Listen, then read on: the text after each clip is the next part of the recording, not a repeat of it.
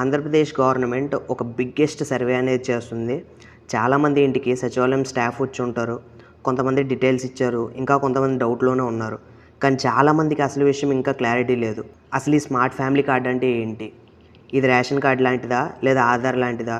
అసలు QR code ఎందుకు వాడుతున్నారు? జూన్ 12 నుండి కార్డ్స్ ఇస్తారా? ఎవరికి ఫస్ట్ వస్తుంది? అసలు దీనివల్ల ఉపయోగం ఏంటి? సచివాలయంకి వెళ్ళినప్పుడు ఎలా వాడాలి? లేదా ఇది ఓన్లీ స్కీమ్స్‌కి మాత్రమేనా? ఈ వీడియోలో ఒక్క పాయింట్ కూడా మిస్ కాకుండా కంప్లీట్ క్లారిటీ ఇస్తాను. ఎందుకంటే ఇది సింపుల్ కార్డ్ కాదు. ఫ్యూచర్‌లో మీ ఫ్యామిలీకి గవర్నమెంట్ ఒక ఐడెంటిటీ ఇస్తుంది. మ్యాక్సిమం మీకు వచ్చే స్కీమ్స్ అన్నీ దీనిపైన ఆధారపడి ఉంటాయి. సో గవర్నమెంట్ నుంచి వచ్చే ఏ లేటెస్ట్ అప్డేట్ కానీ, పథకాలు కానీ మీరు మిస్ కాకుండా ఉండాలి అంటే మన ఛానల్ని వెంటనే సబ్స్క్రైబ్ చేసుకోండి. బెల్ నోటిఫికేషన్స్ ఆన్ చేసుకోండి. స్మార్ట్ ఫ్యామిలీ కార్డ్ అంటే అసలు ఏంటి?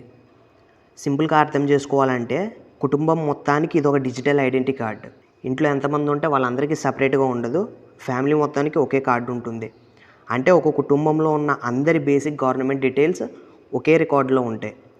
ఈ కార్డు మీద క్యూఆర్ కోడ్ ఉంటుంది. ఈ క్యూఆర్ కోడ్ స్కాన్ చేస్తే ఫ్యామిలీకి సంబంధించిన ఇంపార్టెంట్ గవర్నమెంట్ డీటెయిల్స్ కనిపించేలా సిస్టమ్ బిల్డ్ చేశారు.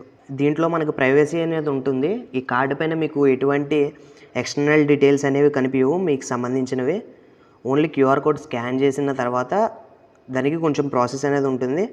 అప్పుడు మాత్రమే ఆ డీటెయిల్స్ అనేవి షో అవుతాయి. కాబట్టి మీ ప్రైవసీ గురించి మీరు ఎటువంటి వరీ అనేది అక్కర్లేదు. ఇప్పటికీ చాలామందికి ఉన్న డౌట్ ఏంటంటే ఈ క్యూఆర్ని స్కాన్ చేస్తే ఎగ్జాక్ట్గా ఏ డీటెయిల్స్ వస్తాయి? ఈ క్యూఆర్ని స్కాన్ చేస్తే ఫ్యామిలీ డిజిటల్ ప్రొఫైల్ ఓపెన్ అవుతుంది. అంటే మీ కుటుంబ సభ్యుల పేర్లు, Aadhaar linked status, government rice card status, ఏ స్కీమ్స్కి మీరు ఎలిజిబుల్, ఇప్పటివరకు వచ్చిన బెనిఫిట్స్ ఏంటి, ఫ్యూచర్లో మీరు దేనికి ఎలిజిబుల్ అవుతారు.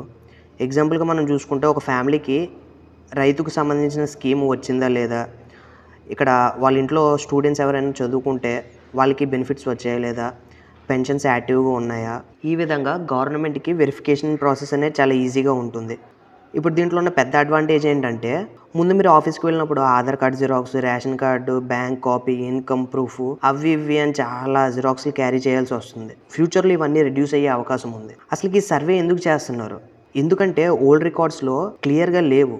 చాలా చోట్ల ఓల్డ్ అడ్రసెస్ ఉన్నాయి. కొంతమంది చనిపోయిన వాళ్ళ పేర్లు ఇంకా అప్డేట్ అవ్వలేదు. డూప్లికేట్ నేమ్స్ ఉన్నాయి. అందుకే స్టేట్ మొత్తం యూనిఫైడ్ ఫ్యామిలీ సర్వే చేస్తున్నారు. ఈ సర్వేలో 26 పారామీటర్లు తీసుకుంటారు.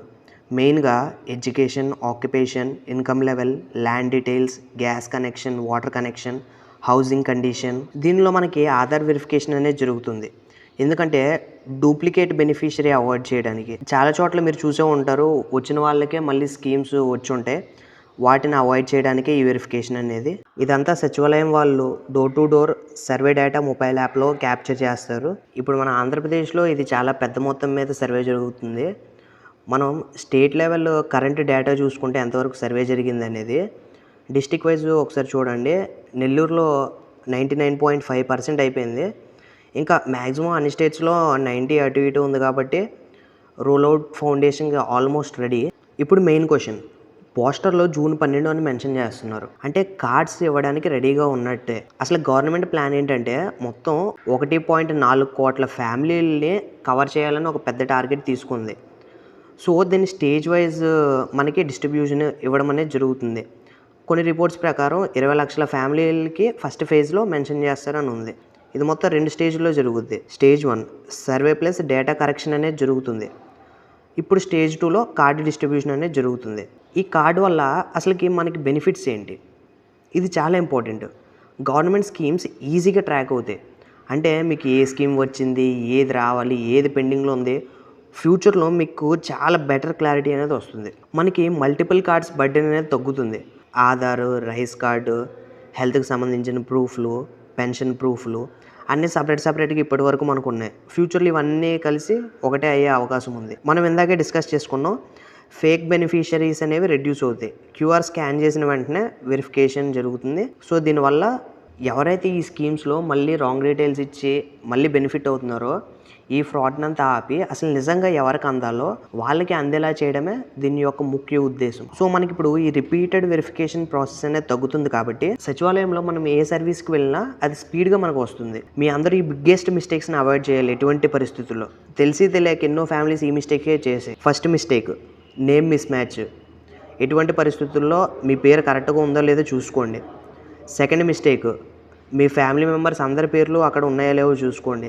మిస్టేక్ 3, మీరు వాడుతున్న యాక్టివ్ ఫోన్ నెంబర్ అనేది అక్కడ ఉంచండి, అన్నిటికి లింక్ అయినది.